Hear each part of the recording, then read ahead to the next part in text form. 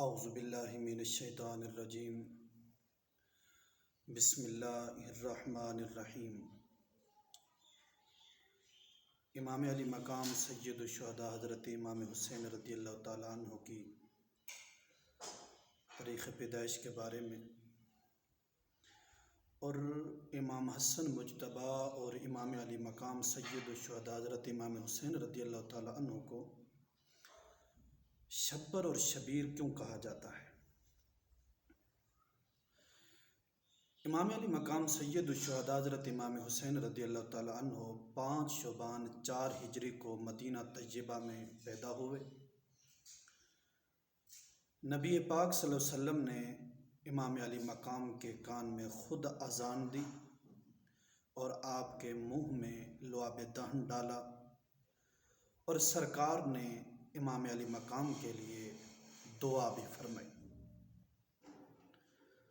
نبی پاک صلی اللہ علیہ وسلم نے 7ویں دن امام علی مقام کا نام رکھا حسین، اور آپ کا عقیقہ بھی کیا گیا۔ تو اس لیے آج ہمارے معاشرہ میں بھی اور سنت طریقہ بھی یہی ہے کہ 7ویں دن نام رکھا جائے اور عقیقہ بھی کیا جائے، اور بال بھی مونڈے جائیں اور اس کی قیمت کے برابر سونا دیا جائے، یا اس کی قیمت دی جائے، یعنی کہ اس کے وزن کے برابر چاندی دی جائے، یا اس کی قیمت دی جائے، یعنی اللہ رب العزت کی راہ میں ان کو صدقہ کیا جائے۔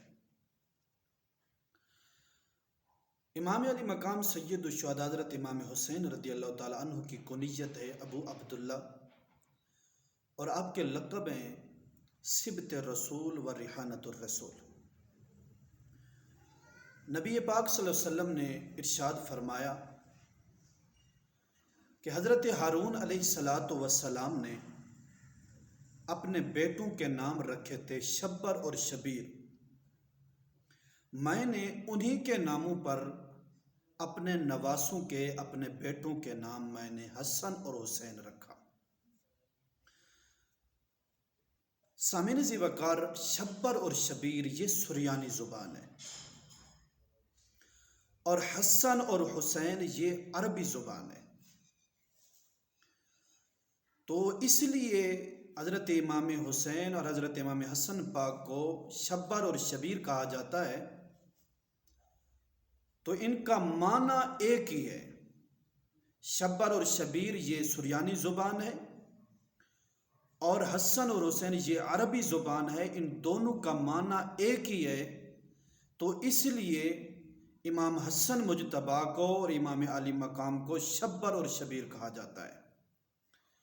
اور پھر نبی کریم صلی اللہ علیہ وسلم نے ارشاد فرمایا، الحسن والحسین اسمان من اہل الجنہ۔